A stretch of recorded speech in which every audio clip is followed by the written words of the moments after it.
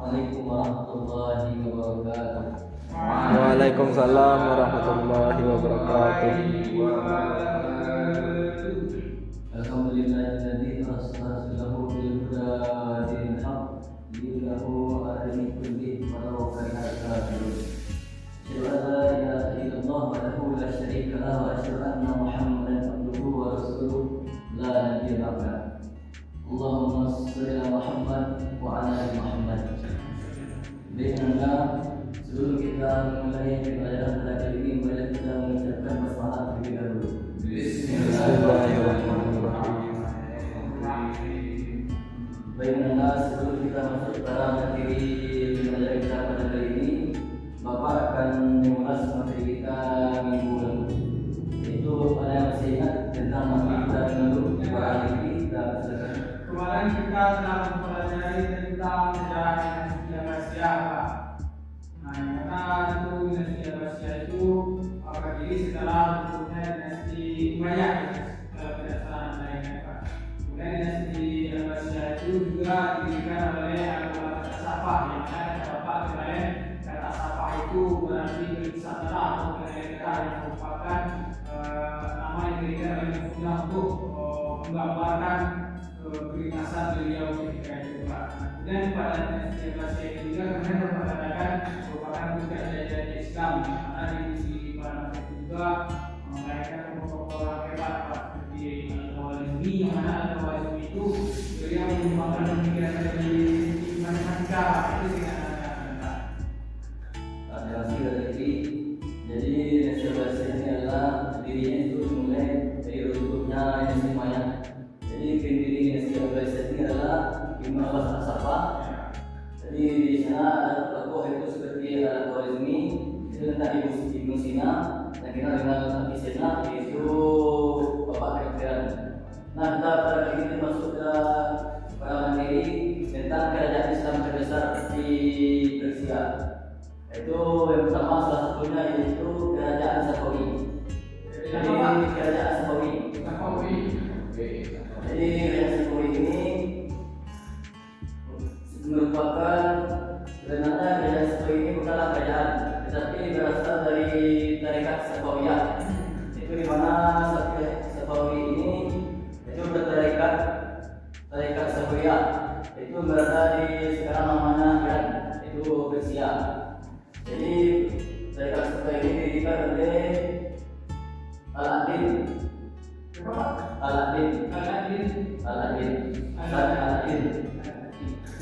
Selanjutnya kita masuk kepada materi yang kedua, yaitu tahun berdirinya dan berkembangnya awal dinasti Safawi ini. Jadi dinasti Safawi ini berdiri pada tahun 1501 Masehi.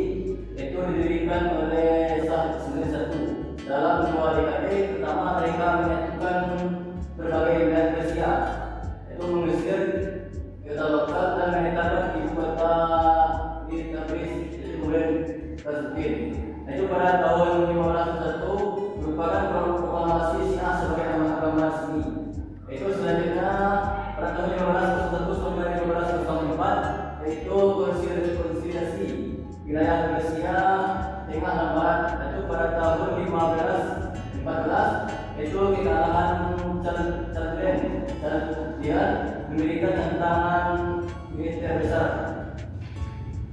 Selanjutnya masuk kita kepada poin yang ketiga, itu tentang masa kejayaan atau ekspansi dan inovasi. Itu pada abad ke-16, itu awal abad ke-17 Safawi mencapai puncak kekuasaan. Itu melalui pengembangan birokrasi, stabilitas internal dan ekspansi teritorial di Azerbaijan, Irak dan Timur Laut Anatolia, di mana situ masa jaya itu yang pertama itu Isfahan dijadikan sebagai ibu kota. Jadi di bawah Shah Abbas I,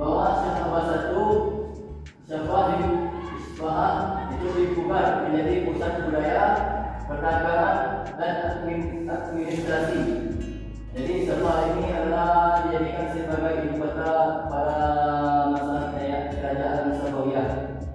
Yaitu selanjutnya kedua yaitu ekonomi dan perdagangan, di mana pada kerajaan Sofia ini ekonomi dan perdagangan mulai memuncak, yaitu antara jalur sutra produksi tekstil menguatkan perekonomian dan hubungan internasional dengan Eropa dan Asia. Baik, Anda apakah sampai sini sudah paham?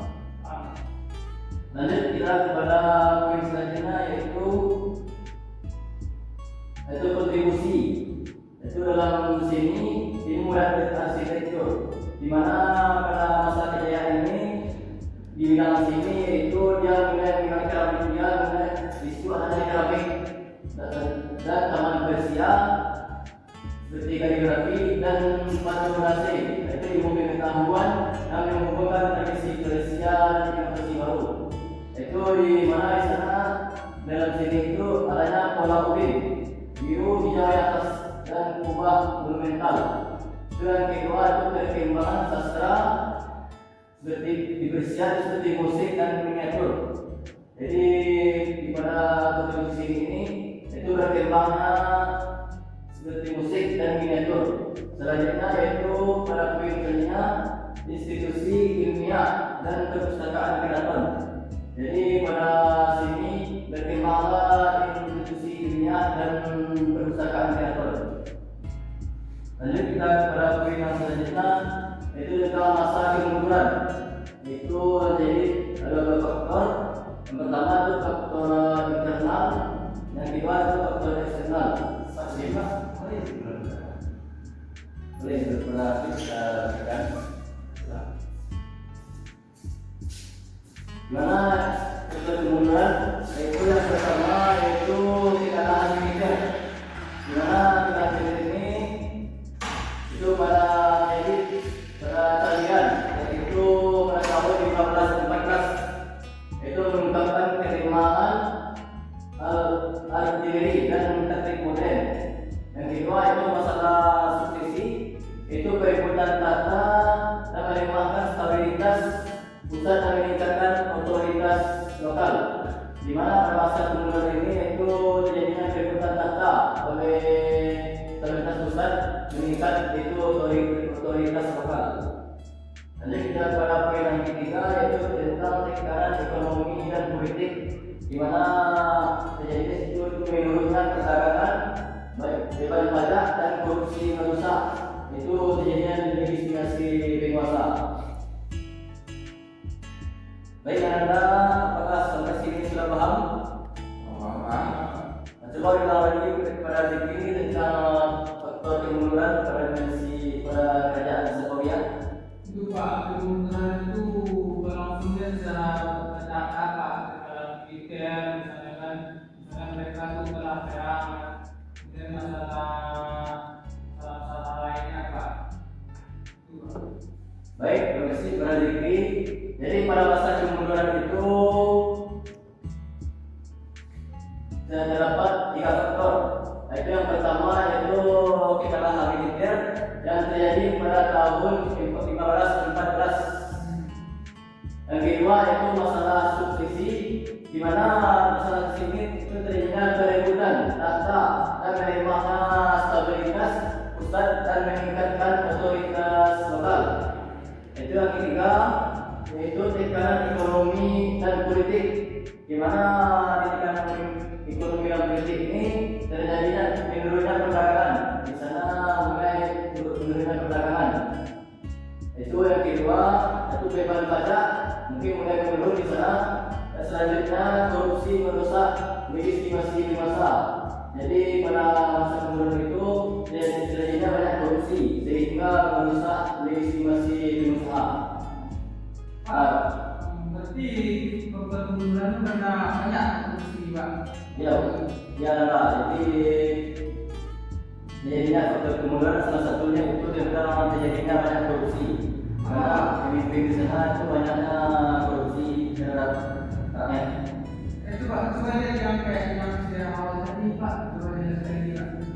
Yang sejarah awal tadi Pak selanjutnya. Jadi kerajaan Sofia ini sebenarnya bukanlah kerajaan, tetapi dia berasal dari tarekat Safawiyah.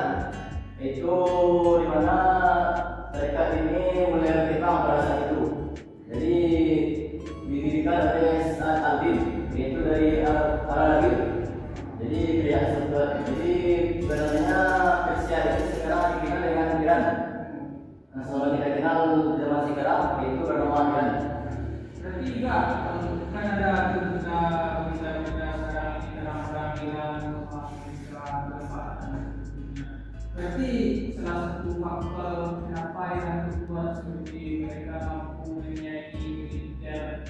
Amerika misalnya Pak, Amerika punya nuklir, Iran juga punya nuklir kan. Pokoknya Iran itu berani lah kuat gitu Pak. Berarti itu juga menjadi pantas lah mereka kuat. Berarti mereka karena mereka keturunan Persia gitu ya Pak ya. Ya, tak. Ya, karena yang Pak jelaskan itu kan bangsa Persia ini kalau misalnya kuat sejak zaman Nabi gitu lagi kan, kuat Persia ini. Terus mereka sampai sekarang ini kenapa mereka ini masih kuat juga Pak? Jadi Iran ini adalah merupakan pusat penghasil minyak yang merupakan terbesar. Jadi mungkin Amerika ini ingin merebut. Jadi sekarang banyaklah terjadi konflik antara Amerika dan Iran, di mana dia mungkin dia ingin merebutkan minyak karena di sana terdapat penghasil minyak terbesar. Di mana Iran ini dia tidak mau menyerah karena dia mempertahankan negaranya. Berarti di Safawiya itu bukan memang kerajaan atau sekumpulan orang yang ingin membuat sebuah kerajaan baru seperti tadi kan belajar dari kemarin kan dinasti Abbasiyah, yang mana dinasti Abbasiyah itu memang sekelompok orang yang ingin menumbangkan dinasti sebelumnya dinasti Umayyah. Berarti kalau dinasti Safawiya ini memang awalnya tarekat Safawiyah ya. Terus tadi kata Bapak itu mereka tahun berapa tadi mereka Tahun 1501 tahun berdirinya mereka sekolah ini tahun 1501. jadi mereka siap Pak. Mereka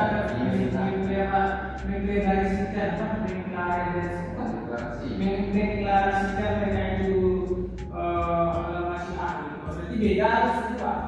Jadi mana tarekat sekolah ini dia merupakan aliran Syiah, di mana dia cuma mempercayai imam dan azan.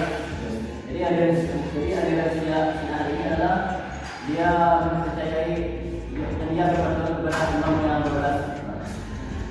Berarti memang kuat orang Persia ini Pak ya. Bisa, berarti kalau kita belajar dari yang Bapak sampaikan tadi kan mereka dinasti yang kuat, bangsa yang kuat, tapi mereka tidak beruntung. Tidak beruntung kan karena tadi waktu mereka korupsi gitu misalnya Pak. Terus kalau misalnya kita alokasikan atau setidaknya kita tinjau dari negara kita sekarang ini Pak, kan banyak juga korupsi Pak. Bisa juga negara kita yang negara korupsi Pak. Kalau kita bercermin dari kita sendiri sama negara Bisa adalah jadi dengan korupsi ini adalah bisa merusak di kemajuan negara. Jadi langkah baiknya kita menghindarkan korupsi ini. Jadi kesimpulannya pada materi kita pada kali ini, sebelum Bapak menyimpulkan materi, Bapak akan memberi tanda bebas untuk karena tugas Anda ini adalah tentang menjelaskan baik itu faktor kemajuan dan faktor kelumpuhan dinasti setelah ini.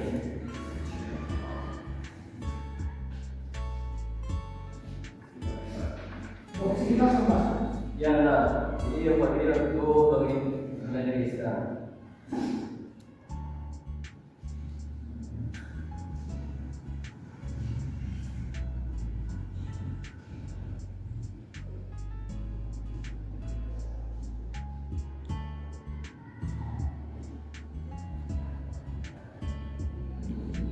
Baik, para saudara ini saya terberikan presentasinya. Baik, terima kasih. Jadi teman-teman, saya akan mempresentasikan hasil diskusi kelompok saya yaitu tentang dinasti Safawiyah. Di mana dinasti Safawiyah ini awalnya bukan sebuah kelompok kerajaan, tetapi merupakan awalnya tarekat Safawiyah yang berkembang menjadi dinasti Safawiyah, di mana dinasti ini merupakan dinasti yang kuat. Kalau kita lihat sekarang dinasti Safawiyah ini adalah Iran ya Pak. Mereka merupakan keturunan Persia yang menjadi salah satu faktor kenapa Iran sekarang ini menjadi bangsa yang kuat.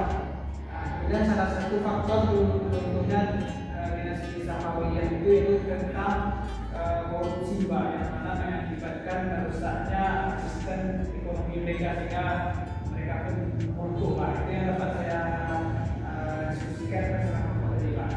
Terima kasih sudah diberikan tentang Bali. Ini dapat disimpulkan bahwa kerajaan Safawiyah ini bukan kerajaan, karena dia merupakan tarekat Safawiyah dan dia berada di Persia, itu yang dikenal sekarang yang namanya Iran. Jadi tarekat Safawiyah ini didirikan oleh Salahuddin, yaitu berada di kota Balagir, yaitu pada tahun 1521 Masehi. Jadi berdirikan di sana tarekat Safawiyah. Jadi mungkin sekian materi kita pada kali ini. Untuk sebagai evaluasi itu silakan Anda buat ringkasan materi kita pada kali ini dan dikumpulkan minggu depan. Baik, sekian ditutup dengan mengucapkan hamdalah. Assalamualaikum warahmatullahi wabarakatuh. Waalaikumsalam.